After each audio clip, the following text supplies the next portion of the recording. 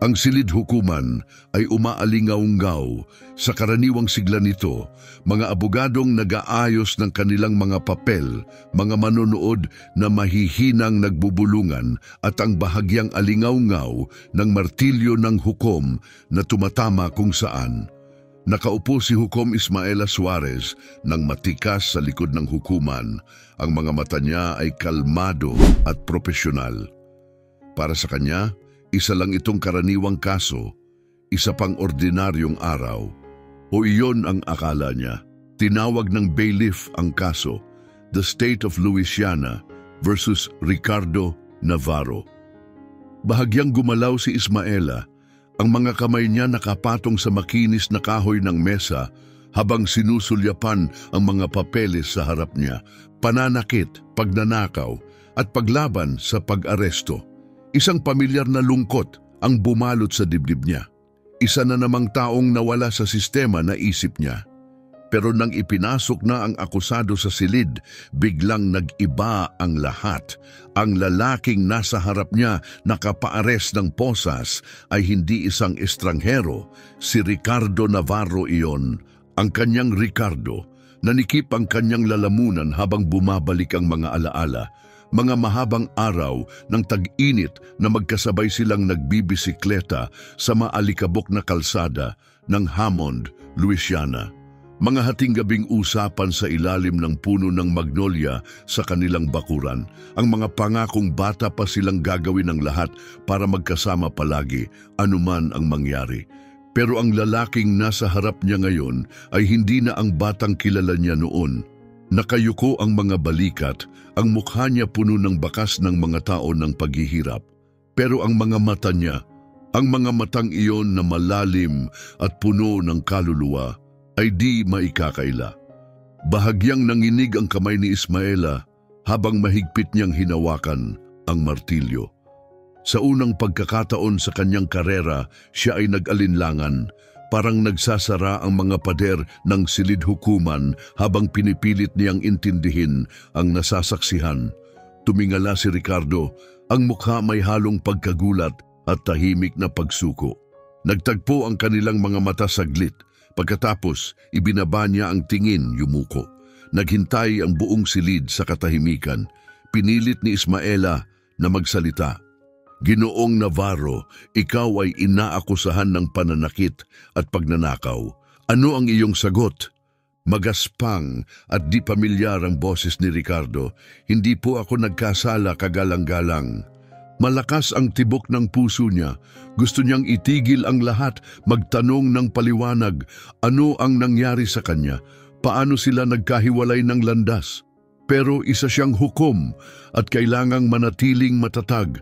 Magpatuloy, sabi niya, mas matatag ang tinig kaysa sa nararamdaman niya. Habang nagsisimula ang taga-usig sa kanyang pambungad na pahayag, nag-uunahan ang mga iniisip ni Ismaela. Hindi ito basta kasong pangkaraniwan. Ito si Ricardo. At paano niya mapaghihiwalay ang kanyang nakaraan at kasalukuyan bago mahuli ang lahat? Nagsimulang maglaho ang paligid habang bumabalik ang isip niya sa panahon bago pa siya nagsuot ng itim na balabal o humawak ng martilyo.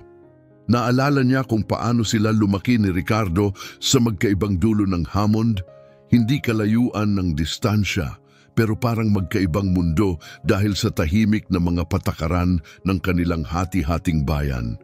Ang bahay ng pamilya niya ay isang maliit na bahay na may puting bakod.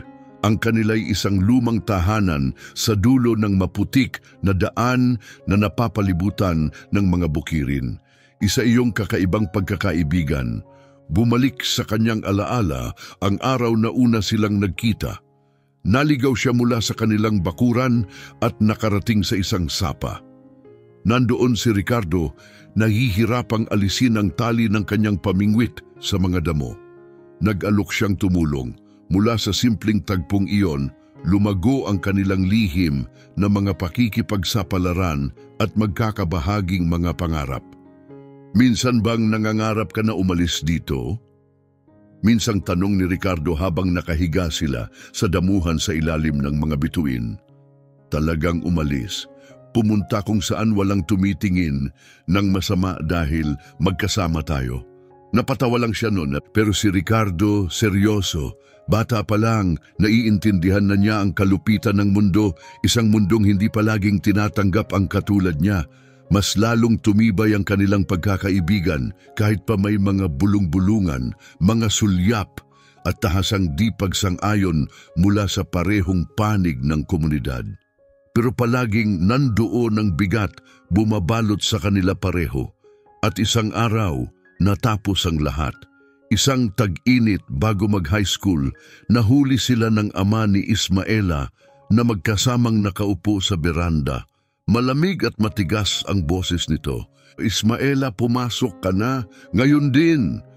Nagatubili siya, tumingin kay Ricardo na nanatiling nakatayo, tila natigilan. Sige na, mahina niyang sabi, puno ng tahimik na lungkot ang tinig, magkikita pa tayo. Pero hindi na sila muling nagkita ng ganoon. Ipinagbawal ng kanyang ama na makipagkita siya kay Ricardo at hindi nagtagal, lumipat na ang pamilya nito. Itinuon ni Ismaela ang sarili sa pag-aaral, determinado sa kanyang ambisyong makaalis sa Hammond. Nagpatuloy siya sa law school, determinadong isulong ang hustisya at katarungan. Pero hinding-hindi niya nakalimutan ang batang minsang nagpakita sa kanya kung ano ang ibig sabihin ng tapang. At ngayon, nakaupo sa korte, iniisip niya kung ano ang nangyari kay Ricardo matapos ang araw na iyon na iniwan niya sa beranda ang kanilang pagkakaibigan. Nakasaad sa kanyang file ang ilang maliliit na kaso, mga petty theft, pag-istambay, walang marahas. Pero gaano ba karami ang masabi ng ilang linya sa record? Napabalik siya sa kasalukuyan ng boses ng taga-usig. Ikinukwento nito ang krimen. Si Ricardo raw ay umatake sa isang clerk habang ninanakawan ng isang convenience store sa Baton Rouge. Bahagyang nasugatan ng clerk at walang laman ng cash register. Nahuli si Ricardo malapit doon, dala pa raw ang nakaw na pera. Pinagmasdan ni Ismaela si Ricardo habang nagsasalita ang taga-usig. Nakayuko ang katawan nito, magkasalikop ang mga kamay, walang mabasa sa mukha. Talaga bang ginawa niya ito o may mas malalim pang kwento? Ipinahinto ang korte para sa tanghalian. Binibigyan si Ismaela ng ilang sandali para tipunin ang kanyang nagugulong isip. Pagbalik ni Ismaela sa kanyang silid, lumapit ang kanyang katulong na si Margaret, may pag-aalalang tingin. Hukom Suarez, ayos ka lang ba? Parang medyo wala ka sa sarili kanina. Mahinahong tanong ni Margaret. Saglit na natigilan si Ismaela. Dapat ba niyang sabihin kay Margaret ang totoo? Lalampas ba siya sa linya kung aaminin niyang kilala niya ang nasasakdal? Sa halip, umiling siya. Ayos lang ako, maraming iniisip lang. Pero hindi siya ayos. Paano siya magiging ayos kung ang nakaraan na pilit niyang nililimot ay nasa kanyang korte ngayon, naghihintay sa kanyang hatol? Pagbalik ng paglilitis, mas matao pa ang korte. Mabilis na nagsusulat ang mga reporter sa kanilang mga notepad, nag-aayos ng mga papel ang clerk at handa na ang taga-usig na si Richard Powell. Isang lalaking may matalim, nakatutok na tingin para ilahad ang kanyang kaso. Mga ginoo at ginang ng hurado, panimula ni Powell, malinaw at malakas ang tinig. Ang kasong ito ay tungkol sa karahasan. Tungkol ito sa isang lalaking pumasok sa convenience store at nang walang dahilan, inatake ang isang inosenteng clerk bago ninakaw ang pera sa loob. Huminto siya, hinahayaan ang bigat ng kanyang salita. Patutunayan ng ebidensya na si Ricardo Navarro ang gumawa ng krimeng ito. Sumikip ang tiyan ni Ismaela para bang nabaluktot sa kaba. Magsalita si Powell na parang si Ricardo ay isa lang pangkaraniwang kasong haharapin, wala nang iba. Tumingin siya kay Ricardo. Nakatuon ang tingin nito sa mesa, hindi man lang tumitingala. Tumayo naman si Imelda Porter, ang abogado ni Ricardo, para ibigay ang kanyang pambungad na pahayag. Bata pa siya, pero may kumpiyansa sa sarili, matatag at buo ang tinig na pumuno sa silid. Nais ng prosekusyon na maniwala kayo na simple ang kasong ito. sabi ni Imelda. Pero hindi. Mula pa sa simula, iginiit ng kliyente kong si Ricardo Navarro ang kanyang pagiging inosente. Ipapakita namin na mas komplikado ang nangyari nung gabing iyon kaysa sa kwentong ikinukwento ng prosekusyon. Unang saksi ang clerk na naroroon noong gabi ng krimen. Ikinuwento niya kung paano niyang nakita ang isang lalaking tumutugma sa itsura ni Ricardo na pumasok sa tindahan, nakipagtalo sa cashier at pagkatapos ay tumalon sa counter. Detalyado ang kanyang kwento pero hindi maalis ni Ismaela ang pakiramdam na parang pinag-aralan ito, na parang dialogo sa isang dula. Nang si Imelda na ang nagtanong, matalas at maingat ang kanyang galaw. Ginoong Santiago, panimula niya, sinabi niyo na ang lalaking nakita niyo ay nakasuot ng pulang hoodie. Tama ba yon? Oo, kumpirma ng clerk. At malinaw niyo bang nakita ang mukha niya? Tanong ni Imelda. Hindi masyado, aminado niya. Madilim at nakataas ang hood niya. Tumango si Imelda, naglakad ng dahan-dahan habang nagsasalita. Kung gayon, malinaw na hindi niyo masasabi ng may katiyakan na ang taong nakita niyo ay si Ricardo Navarro? Hindi, pero wala na akong tanong. Mabilis na putol ni Imelda. Napansin ni Ismaela na bahagyang gumalaw si Ricardo sa kanyang upuan. Parang nagkaroon ng kaunting pag-asa, isang bahagyang paghinga ng ginhawa. Sumunod, ipinakita ng prosecution ang isang video mula sa security camera ng tindahan. Malabo at madilim ang footage, nagpapakita ng isang figura na may pulang hoodie na pumasok sa tindahan. Ipinilit ng taga-usig na si Ricardo iyon pero napakalabo ng imahe para makilala ng sigurado ang mukha. Umusog si Ismaela pasulong, maingat na pinagmasdan ang screen. Siya ba talaga iyon? Mabilis gumalaw ang figura, abot sa counter at nawala sa frame. Biglang natapos ang video, mas maraming tanong ang naiwan kaysa sagot. Ang depensa ni Ricardo ay nakabatay sa alibay. Sinabi niyang pauwi siya mula sa bahay ng isang kaibigan noong oras ng pagnanakaw. Pero tumangging tumestigo ang kaibigan niya, natatakot sa posibleng masamang epekto mula sa komunidad. Ipinaglaban ni Imelda na hindi automatikong nangangahulugang nagkasala si Ricardo dahil lang walang saksi, pero nakita ni Ismaela ang pag-usbong ng pagdududa sa mga mukha ng hurado. Habang nagpapatuloy ang paglilitis, naramdaman ni Ismaela ang bigat ng kanyang posisyon na tila pabigat ng pabigat. Dapat siyang maging patas, isang simbolo ng katarungan. Pero paano siya mananatiling walang kinikilingan kung bawat sandali sa silid ay nagpapaalala sa kanya ng kanilang pinagsamahan? Ang batang minsang naging pinakamatalik niyang kaibigan ay ngayoy isang lalaking lumalaban para sa kanyang kalayaan at siya ang humahawak ng kapangyarihan para magpasya ng kanyang kapalaran. Pagkatapos ng araw na iyon, nanatili si Ismaela sa hukuman, ang mga daliri dahan-dahang humahaplos sa gilid ng martilyo. Gusto niyang kausapin si Ricardo, tanungin kung ano ba talaga ang nangyari. Pero alam niyang hindi niya pwedeng gawin. Anumang kontak sa labas ng korte ay maaaring makasira sa kaso at sa kanyang karera. Habang pinapanood niya si Ricardo na nilalabas ng silid na may kadena, nagsimulang mabasag ang kanyang kumpiyansa.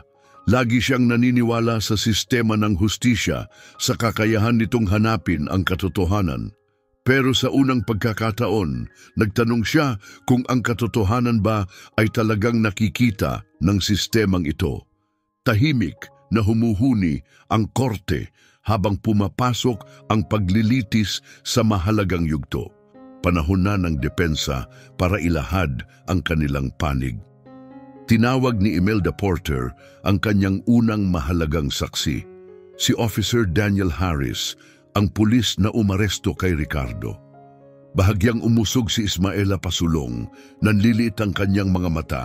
Dito kung meron man, maaaring lumitaw ang mga bitak sa kaso. Umupo si Officer Harris, isang matipuno at magaspang ang tinig na lalaki. Lumapit si Imelda na may tahimik na determinasyon. Officer Harris, panimulan niya, kayo po ba ang umaresto sa aking kliyente, tama? Oo, tama, sagot niya matipid. Sa inyong ulat, sinabi niyong naaresto niyo si Ginong Navarro, 2 bloke mula sa pinangyarihan ng krimen, tama? Oo. At ano ang nagtulak sa inyo na paniwalaang siya ang suspek? Tanong ni Imelda. Nag-adjust si Harris sa kanyang upuan. Tumugma siya sa deskripsyon. Itim na lalaki, nasa kalagitnaang edad, nakaitim na damit. Bahagyang tumaas ang kilay ni Imelda. Itim na damit? Pero kanina sa testimonya, sinabi ng saksi na ang suspek ay nakasuot ng pulang hoodie. Nakita niyo ba ang pulang hoodie kay Ginong Navarro nang siya'y inyong kapkapan? Nagatubili si Harris. Hindi, pero baka itinapon niya. Lumapit si Imelda, ang boses malamig at kontrolado. Baka? May nagsagawa ba sa inyo o sa iba pang opisyal ng paghahanap sa paligid para sa huding yon? Naghigpit ang panga ni Harris. Hindi, wala na kaming oras. Mabilis na naaresto si Ricardo. Sinamantala ni Imelda ang pagkakataon. Para malinaw lang, sabi niya, matatag ang tinig. Inaaresto niyo ang kliyente ko batay lamang sa isang malabong deskripsyon ng walang solidong pisikal na ebidensyang nag-uugnay sa kanya sa lugar ng krimen. Nagsalita ang katahimikan ng opisyal ng higit sa kanyang sagot. Tumingin si Ismaela sa hurado, napansin niyang may ilan sa kanila na nagkakatinginan, halatang nababahala, pero hindi pa tapos si Imelda. Officer Harris, naaalala niyo ba kung may sinabi si Ginoong Navarro nang siya'y arestuhin niyo? Umalma siya, aminado ni Harris. Sinabi niyang wala siyang kasalanan. Lumapit pa si Imelda. Sinuri niyo ba ang sinasabi niyang iyon? O nagpasya na lang kayo na siya ang may sala dahil lang sa itsura niya? Namula si Harris. Sinunod ko ang tamang proseso. Proseso, mahinang ulit ni Imelda, may halong pagdududa sa boses. Wala na akong tanong, kagalang-galang. Umingay ang korte sa mga bulong-bulungan habang bumababa si Harris mula sa witness stand, halatang nabawasan ang kredibilidad. Mabilis ang tibok ng puso ni Ismaela. Hindi na lang ito basta paglilitis sa batas. Isa na itong mas malalim na labanan, isang pagtutol, hindi lang para kay Ricardo, kundi para sa isang sistemang madaling maghusga at magparusa.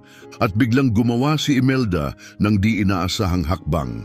Ipinakilala niya ang isang expert witness, isang forensic analyst na masusing nag-aral sa surveillance video ng tindahan. Nagpatotoo ang analyst na base sa taas at hugis ng katawan ng taong nasa footage, hindi tiyak na si Ricardo ang nasa video. Idinagdag pa niyang may nadiskubring pagbabago sa timestamp ng video, dahilan para lalo itong pagdudahan. Sinubukan ng taga-usig na ipawalang bisa ang patotoo bilang haka-haka lang, pero nakita ni Ismaela ang mga hurado na nag-aalangan, umuupo ng balisa. Pumasok ang pagdududa, bumalot sa korte na parang makapal na ulap. Paglapit ng pagtatapos ng araw, nagpasya si Ricardo na tumestigo. Binalaan siya ni Imelda tungkol sa panganib, pero determinado siya. Tumayo siya, marahang kumalabog ang kadena habang papalapit. Tahimik ang kanyang tinig, pero puno ng tapat na damdamin. May mga pagkakamali akong nagawa, panimula ni Ricardo, nakatingin sa hurado. May mga maling daan akong tinahak. May mga maling taong pinagkatiwalaan ko. Pero ito, hindi ko ito ginawa.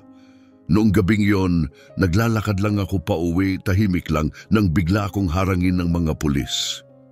Naputol ang tinig niya, hindi sila nagtanong, hindi sila nag-imbestiga, basta't nagpasya silang ako ang hinahanap nila. Huminto siya, humugot ng lakas. Buong buhay ko lumalaban ako, lumalaban para makita ako, hindi lang dahil sa inaakala ng mga tao sa akin. Pero ngayon, pagod na ako. Gusto ko lang na may halaga ang katotohanan.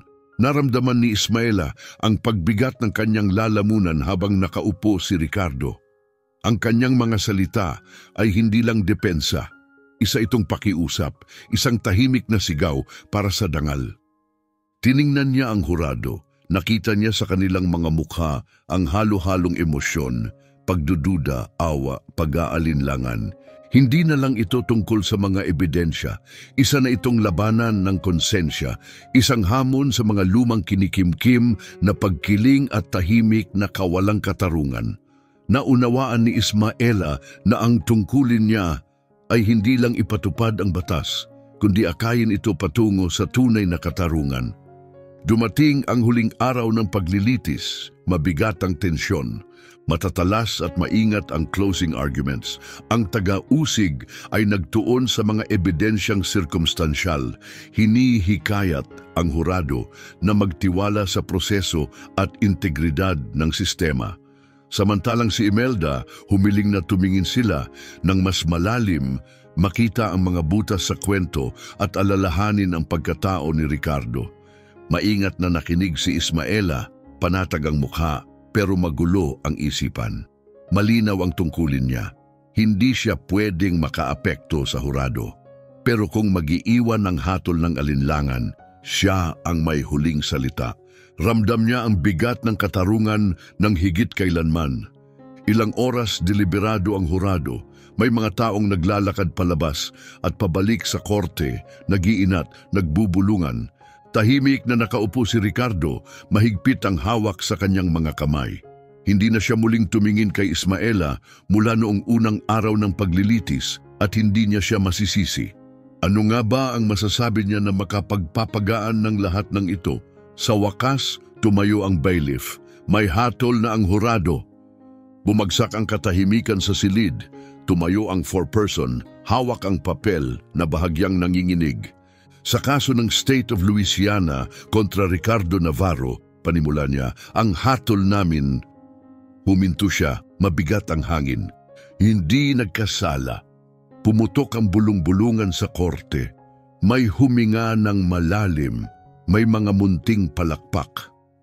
Tinapik ni Ismaela ang kanyang martilyo, tinatawag ang kaayusan. Bumagsak ang mga balikat ni Ricardo, parang nawala ang bigat na matagal nang nakasabit sa kanya, bagamat na natiling walang emosyon ang kanyang mukha. Malaya ka na, formal na pahayag ni Ismaela, matatag ang tinig. Adjourned ang korte. Habang naglalabasan ang mga tao, nanatili si Ismaela sa upuan, pinapanood si Ricardo na pumipirma ng kanyang release papers. Sa isang saglit parang aalis na siya ng hindi lumilingon, pero bigla siyang huminto at lumapit sa bench. Halos wala ng tao sa korte, tanging ilang clerks na nag-aayos ng mga file at si Margaret na nag-i-impake ng mga papel. Huminto si Ricardo, ilang talampakan mula sa kanya, maingat ang ekspresyon. Wala ka ng utang na loob sa akin, mahina niyang sabi, pero kailangan kong malaman bakit wala kang sinabi, kilala mo ako. Naramdaman ni Ismaela ang pag-akyat ng bukol sa kanyang lalamunan, nalilitong mga salita sa loob niya. Dahil hindi ko pwede, mahinang sagot niya. Kailangan kong maging patas. Kung nagsalita ako, baka masira ang kaso. Tumingin si Ricardo, halo ng sakit at tahimik na pagtanggap ang mukha. Patas, ulit niya, mabigat ang salita. Iyan ang problema, Ismaela. Hindi kailanman naging patas ang mundo, hindi para sa mga kagaya ko. Dahan-dahan siyang tumango, ang tingin bumagsak sa makintab na kahoy na nasa ilalim ng kanyang mga kamay. Tama ka! Mahina ngunit tapat na sabi ni Ismaela. Sana mas marami akong nagawa noon. Sana mas marami akong nagawa ngayon. Naglabas si Ricardo ng isang mahabang buntong hininga, bahagyang lumuwag ang tensyon sa kanyang mga balikat. Mga bata pa tayo noon, sabi niya. Wala tayong alam. Huminto siya sandali, saka tumingin kay Ismaela. Pero alam mo na ngayon, hindi ba? Oo, tugon ni Ismaela, matatagang tinig, puno ng paninindigan. Patawad, dagdag niya, mahina pero taos puso. Bahagyang tumango si Ricardo, saka tumalikod, matuwid ang likod habang naglakad, papunta sa pintuan ng korte. Wala na siyang sinabi pa. Dumiretso siya palabas at naglaho sa paningin. Nanatiling nakaupo si Ismaela sa bakanting silid hukuman, mabigat ang puso sa lahat ng nasabi ni Ricardo. Sinunod niya ang batas, ipinatupad ang mga alituntunin, pero sa paglilitis na ito, natuklasan niya ang isang bagay na mas malalim, isang bagay na higit pa sa mga legal na argumento at hatol. Ang hustisya ay hindi lang tungkol sa mga katotohanan at ebidensya. Tungkol ito sa mga tao, sa mga buhay na hinubog ng mga puwersang mas malaki kaysa kaninuman, mas malaki kaysa alinmang korte. Para kay Ismaela, naging isang paggising ang kasong ito. Ipinaalala nito sa kanya na ang posisyon niya ay hindi lang kapangyarihan, isa itong responsibilidad, isang pagkakataon para makagawa ng pagbabago. Paglabas niya ng korte kinagabihan, habang ang huling sinag ng araw ay nagtataglay ng mahahabang anino sa mga hagdan ng hukuman, naramdaman ni Ismaela ang isang tahimik ngunit matatag na determinasyon sa kanyang dibdib. Hindi na niya mababago ang nakaraan, pero magagawa niya ang lahat ng kanyang makakaya para masiguro na magiging iba, mas maganda, mas makatarungan, mas tapat ang kinabukasan. Hindi magiging madali, marahil hindi kailanman magiging sapat, pero utang niya yon kay Ricardo at utang niya rin yon sa kanyang sarili. Susubukan niya.